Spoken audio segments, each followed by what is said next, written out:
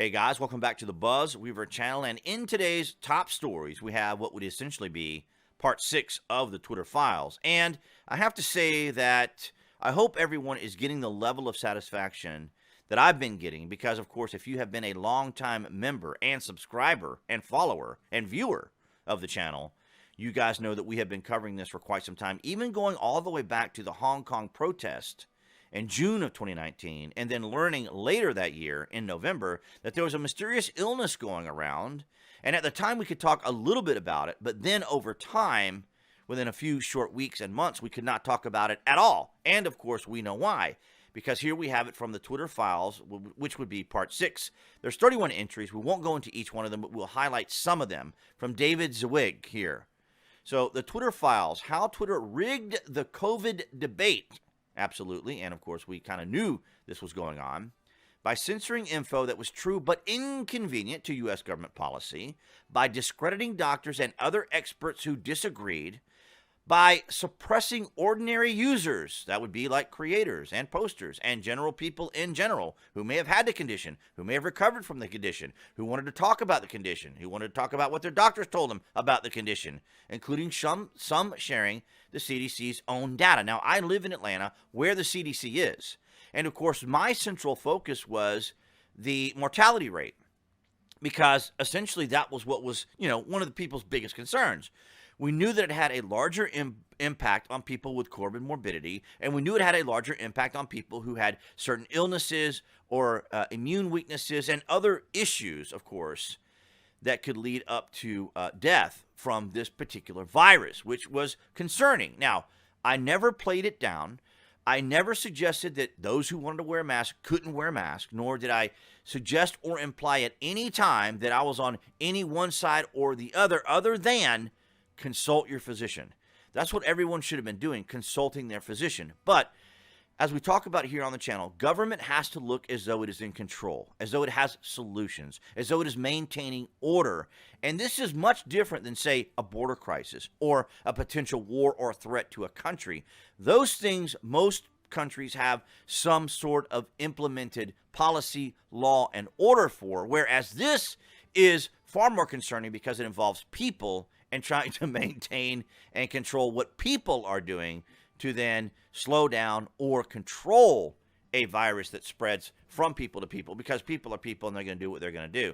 But I do want to highlight some issues here so you can see that I'm not limiting it to just one particular administration or government. So internal files at Twitter that I viewed while on assignment for at the FP showed that both the Trump and Biden administration directly pressed Twitter executives to moderate the platform's pandemic content according to their wishes. Now, of course, as I mentioned, it doesn't matter if it's President Trump or Biden in office. When you have a situation like this that can quickly get out of control, they want to control panic is what they want to do. They want to make sure that there isn't any levels of panic and that people can turn to and listen to those in authority to get the correct information. However, these are also opportunities for government to implement the optics of them being in control and having the ability to maintain order when in reality there was a lot of chaos and confusion, because when it comes down to it, again, I say, always consult your physician. It should not be a one, solution for everyone, because everyone is different. At the onset of the pandemic, according to meeting notes, the Trump admin was especially concerned about panic buying, or panic in general. They came looking for help from the tech companies to combat misinformation about runs on grocery stores, but there were runs on grocery stores because, as you remember, when we first started covering this, we started talking about it in November when I could actually talk about it.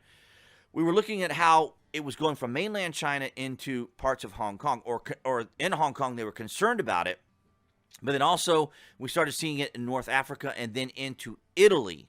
And in Italy, we started seeing the runs on products, the runs to the store, the panic buying. And that's when I started saying I think it was around January, I was telling people here on the channel, as you guys may recall, be prepared, have something ready, because this is coming. We're seeing how it's happening in perhaps in mainland China, which was being covered up, and then in Italy specifically. that this was coming and just to prepare. You know, we didn't want any major panic or anything like that going on. We just simply wanted people to know, hey, be aware of this. But at some point, we were not allowed. Now, I'm going to skip on down here a little bit, down to number 11. A December 2022 summary of meetings with the White House by Lauren Culbertson, Twitter's head of the U.S. public policy, adds new evidence of the White House's pressure campaign and cements that it repeatedly attempted to directly influence the platform.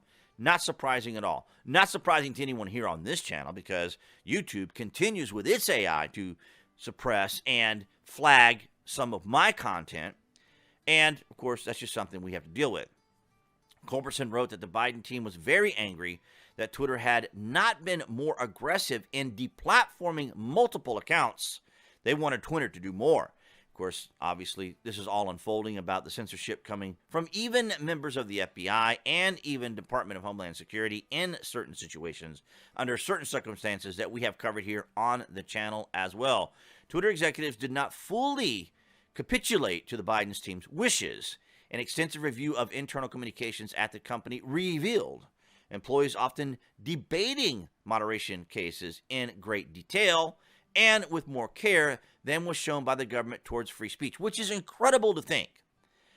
Because there's always that debate, right, between government and private business, because everyone complained that Donald Trump was trying to run the country as a business. And I understand that our government is far more complex. It's more of a quid pro quo, you scratch my back, I scratch yours way of doing government, right? Because it isn't about competitive markets or free markets, deals and transactions when it comes to that sort of thing, or obligations within legal terms.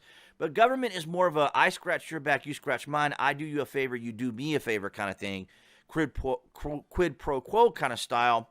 And so you have government trying to implement these things by using its authority, as we see, its abuse of authority in many cases, and that Twitter was showing more restraint and more, I guess you could say, more cogent thought about it, common sense, than even governments were doing. But Twitter did suppress views, many from doctors and scientific experts, that conflicted with the official position of the White House. As a result, legitimate findings and questions that would have expanded the public debate went missing. I would say they didn't want a public debate. They didn't want people to debate this issue. Government needed to be seen as though it knew what it was doing and that it was in control, and it was trying to maintain and keep people from panicking, as you saw from the panic buying. However, I find this incredibly interesting, and I want to thank all of you guys for your continued support here on the channel, allowing me to cover these things. When you subscribe, when you like, when you share, all these things tell the algorithm that people are engaged with the content. They are seeing the content, they are watching the content, they are sharing the content. So I appreciate when you guys do this. I know it's a very controversial topic. Many people have become fatigued. Many people have become tired of all of this. But I want to emphasize this, why I continue with this type of coverage on my channel when, of course, I was doing quite well in gaming and in other content. However, it's very important for me to illustrate this right here. From the World Health Organization, preliminary investigations conducted by the Chinese authorities have found no clear evidence of human-to-human transmission of the novel C virus 2019 nCoV identified in Wuhan, China. Ladies and gentlemen, that punctuates everything right there. How a government like China, can tell the World Health Organization, not human to human, you guys don't panic, not a problem at all, don't worry about it, we got it all in control, until we see what happened in Italy, what happened in Europe, and in the United States, where the governments did jump on this. The World Health Organization wanted to lead all of this, yet they were still taking advice from China, suggesting that there was no clear human-to-human transmission. So the question is, who do you trust? Who do you put your faith and trust into when it comes to these matters? Now, we know that governments are human beings. Human beings make mistakes. However, it is important to allow people to discuss and talk and communicate about what's going on in their world, in their society. And censoring, shutting people down, banning people is not the way to take care of it, because people are going to speak, particularly in countries that allow levels of free speech, or in the United States where we have free speech. So that's what I have for you guys today. Thank you so much for the continued support appearing there on the screen with the channel icon. You guys can click on to subscribe as well as to get notifications. And I'll see all you guys in the next video.